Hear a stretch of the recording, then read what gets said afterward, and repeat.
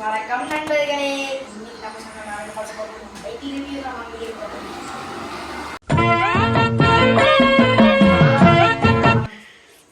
First நம்மளோட கீர் பாக்ஸில் இருந்து போயிடுவோம். இதில் 8 இருக்குது.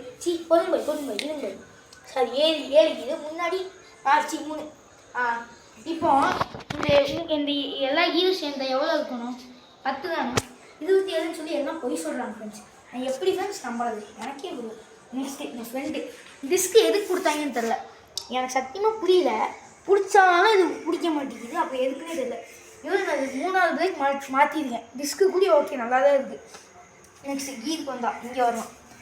ஒரே ஒரு தட்டியாக விழுந்து என்ன நடந்தது ஷிமானோன்னு போட்டு கம்பெனி அசிங்கப்படுத்துவாங்க. இது 2வது வாட்டி நான் மாற்றிருக்கேன். சரிதா ஃப்ரெண்ட்ஸ்? ரெண்டுக்கும் டிஃப்ரென்ஸ் பாருங்கள். அதுக்கு டிஃப்ரென்ஸ் பாருங்கள். இதுவும் அதையும் பாருங்கள். மாற்றிருக்கேன்னு தெரியுதா? இப்போ இது நல்லா இருக்குது. மாற்றி 1 இயர் ஆகுது. வண்டி வாங்கி 1 இயர் ஆகுது. வண்டி வாங்கினோடனே மாற்றியாச்சு.